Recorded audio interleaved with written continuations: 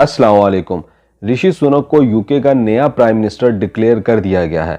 जी हाँ, दुनिया के सबसे पुराने और बड़े डेमोक्रेटिक कंट्री के अंदर बगैर इलेक्शन करवाए ऋषि सुनक को नया प्राइम मिनिस्टर बना दिया गया है। ऋषि सुनक से पहले लिज ट्रस यूके की प्राइम मिनिस्टर थी, जो सिर्फ 44 दिन तक प्राइम मिनिस्टर रहीं, और इनसे पहले बोरिस जॉनसन यूके के प्राइम मिनिस्टर थे।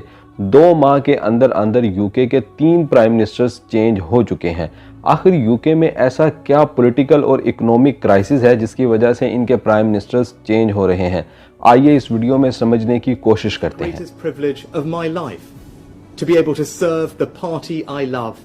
I pledge that I will serve you with integrity and humility, and I will work day in, day out. ये कहानी शुरू होती है पाकिस्तान के 2018 के जनरल इलेक्शंस के ठीक 1 साल बाद। 2019 में यूके में भी जनरल इलेक्शंस होते हैं, जिसमें 2 पार्टीज आमने सामने होती हैं। कंजर्वेटिव पार्टीज, जिन्हें टोरीज करके भी बुलाया जाता है, और दूसरी लेबर पार्टी। कंजर्वेटिव पार्टी के कैंडिडेट होते हैं बोरिस जॉनसन और लेबर पार्टी के कैंडिडेट होते हैं जेरेमी कॉर्बाइन। इन इलेक्शंस में जीत होती है कंजर्वेटिव पार्टी की। यूके के हाउस ऑफ कॉमन्स में टोटल 650 सीट्स हैं, और किसी भी पार्टी को हुकूमत बनाने के लिए 326 सीट्स चाहिए होती हैं, और कंजर्वेटिव पार्टी इन इलेक्शंस में हासिल करती हैं 365 सीट्स, और जिसका यह नतीजा हुआ बोरिस जॉनसन बने यूके के नए प्राइम मिनिस्टर। अब क्या रीज़न थी कि बोरिस जॉनसन को 3 साल बाद इस्तीफ़ा देना पड़ा? इसकी बहुत सी रीज़न्स हैं, लेकिन अगर आसान लफ्ज़ों में कहा जाए तो बोरिस जॉनसन अवाम और अपनी पार्टी का एतमाद खो चुके थे। इनके खिलाफ कंट्रोवर्सीज की शुरुआत होती है 30 नवंबर 2021 को, जब पार्टीगेट स्कैंडल पर पहली रिपोर्ट सामने आती है। इस रिपोर्ट में बताया जाता है कि पीएम हाउस का सारा स्टाफ पार्टीज करने में मसरूफ था जब कोविड-19 की वजह से पूरे मुल्क में लॉकडाउन लगा हुआ था। लोगों को बताया जा रहा था कि वो घरों के अंदर रहें और एक जगह पर ज़्यादा लोग इकट्ठे ना हों, लेकिन इसी दौरान पीएम हाउस में पार्टीज चल रही थी। इस स्कैंडल को पार्टीगेट स्कैंडल कहा जाता है। इस स्कैंडल की वजह से बहुत ज़्यादा तनकीद होती है बोरिस जॉनसन पर। इसी दौरान एक दूसरा बड़ा झटका लगता है बोरिस जॉनसन को, जब वॉलपेपर गेट कंट्रोवर्सी सामने आती है, जिसमें यूके का इलेक्शन कमीशन बोरिस जॉनसन की पार्टी पर फाइन लगाता है, 18,000 पाउंड का फाइन। फाइन क्यों लगाया जाता है? क्योंकि बोरिस जॉनसन ने जब अपने घर प्राइम मिनिस्टर हाउस की मरम्मत करवाई तो उन्हें जो डोनेशंस मिली वो उन्होंने डिक्लेयर नहीं की। इसकी वजह से यूके का इलेक्शन कमीशन उन पर 18,000 पाउंड का फाइन लगाता है। इन सारे स्कैंडल्स के बाद बोरिस जॉनसन के अगेंस्ट पूरे मुल्क में एक कैंपेन चल पड़ती है। इसके बाद 10 जनवरी 2022 को पार्टीगेट स्कैंडल की एक बहुत बड़ी खबर सामने आती है, जिसमें बोरिस जॉनसन के प्राइवेट सेक्रेटरी मार्टिन रेनॉल्ड की एक ईमेल लीक हो जाती है, जिसमें यह लिखा होता है कि वो बहुत से लोगों को इनवाइट कर रहे हैं अपने साथ पार्टी के लिए, और वो लोगों को बुला रहे हैं कि पीएम हाउस में आएं और हमारे साथ पार्टी करें, ऐसे वक्त में जब मुल्क के अंदर लॉकडाउन है और पूरा मुल्क बंद है। इस वजह से बोरिस जॉनसन पर बहुत ज़्यादा तनकीद होती है, और वो मीडिया में आकर कहते हैं ये कोई पार्टीज नहीं थी, बल्कि उन्हें लगा कि ये कोई वर्क इवेंट था, जिस पर अपोजिशन पार्टी उन पर झूठ का इल्ज़ाम लगाती है, और उनकी अपनी पार्टी के बहुत से अफराद उनके अगेंस्ट हो जाते हैं, और उनके 57 मिनिस्टर्स रिज़ाइन कर देते हैं, और वो भी ये मुतालबा करते हैं कि बोरिस जॉनसन पीएमशिप से रिज़ाइन करें, और मजबूरी में बोरिस जॉनसन रिज़ाइन कर देते हैं।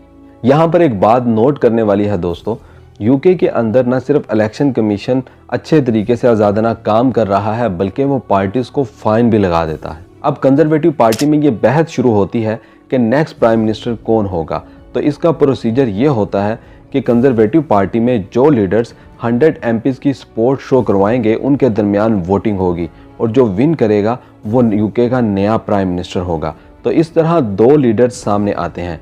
एक थी लिज ट्रस, जिन्हें 100 एमपीज़ की सपोर्ट हासिल होती है, और दूसरे ऋषि सुनक, जिन्हें भी 100 एमपीज़ की सपोर्ट हासिल होती है। अब इन दोनों के दरमियान वोटिंग करवाई जाती है, जिनमें लिज ट्रस को 57% वोट पड़ते हैं, और वो बनती हैं यूके की नई प्राइम मिनिस्टर। अब लिज ट्रस ने प्राइम मिनिस्टर बनते ही ये कहा कि वो मुल्क के अंदर किसी भी किस्म का कोई नया टैक्स नहीं लगाएंगी, बल्कि जो टैक्सेस पहले से लगे हुए हैं उन्हें भी वो कम करेंगी, और यूके की 50 साल तारीख में सबसे ज़्यादा टैक्स कट्स लगाए गए। इनके पीछे लॉजिक ये था कि अगर टैक्सेस कम होंगे तो लोग ज़्यादा पैसा खर्च करेंगे, जिसकी वजह से जो पैसे हैं वो नीचे आम आवाम तक भी जाएंगे। लेकिन इसका नेगेटिव इम्पैक्ट आया। जिससे पाउंड की वैल्यू बहुत तेज़ी से नीचे गिरी और साथ ही साथ मुल्क के अंदर इन्फ्लेशन भी बहुत बढ़ गई और इंटरेस्ट रेट भी बहुत ज़्यादा हो गया। इस सिचुएशन में लिज ट्रस काफ़ी पैनिक हुई और उन्होंने पुराने चांसलर को हटाकर जेरेमी हंट को नया चांसलर मुकर्रर किया।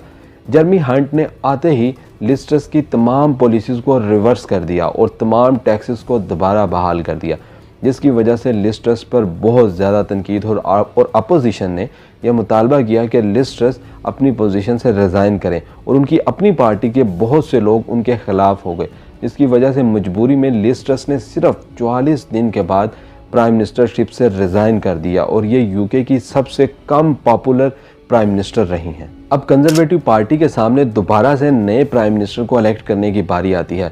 वो मुल्क के अंदर नए इलेक्शन नहीं करवा सकते क्योंकि उनकी पार्टी की पॉपुलैरिटी बहुत नीचे जा चुकी होती है। तो इस वजह से वो ये फैसला करते हैं कि वो पार्टी के अंदर से ही दोबारा एक नया प्राइम मिनिस्टर सामने लाएंगे। तो दोबारा वही प्रोसीजर फॉलो किया जाता है और इस मरतबा सिर्फ ऋषि सुनक को 100 MPs का सपोर्ट हासिल होता है और ऋषि सुनक को यूके का नया प्राइम मिनिस्टर डिक्लेयर कर दिया जाता है। ऋषि सुनक के प्राइम मिनिस्टर बनने से इंडिया के अंदर बहुत ज़्यादा खुशी मनाई जाती है क्योंकि वो एक हिंदू होने के साथ साथ इंडिया के नारायण मुरठी एक अमीर पति जो इंसान है उनके दामाद भी हैं। इसके साथ साथ पाकिस्तान के अंदर भी कुछ लोग ऋषि सुनक के प्राइम मिनिस्टर बनने की खुशी मना रहे हैं। इसकी वजह यह है वो ये समझते हैं कि ऋषि सुनक के जो आबाओ अजदाद थे, उनके जो ख़ानदान के लोग थे, उनका ताल्लुक़ पाकिस्तान के शहर गुजरांवाला से था। इस वजह से वो एक पाकिस्तानी बैकग्राउंड के साथ ऋषि सुनक यूके के नए प्राइम मिनिस्टर बने हैं। इसके अलावा ऋषि सुनक यूके के सबसे अमीर प्राइम मिनिस्टर हैं। इनकी नेटवर्थ 730 मिलियन पाउंड है। क्या इस सिचुएशन के अंदर जब यूके के अंदर बहुत से मसाइल हैं जैसे हाई इन्फ्लेशन, इंटरेस्ट रेट का बहुत ज़्यादा होना और डॉलर की बहुत वैल्यू कम हो जाना, क्या इन प्रॉब्लम्स को वो सॉल्व कर पाएंगे? ये तो आने वाला वक्त ही बताएगा।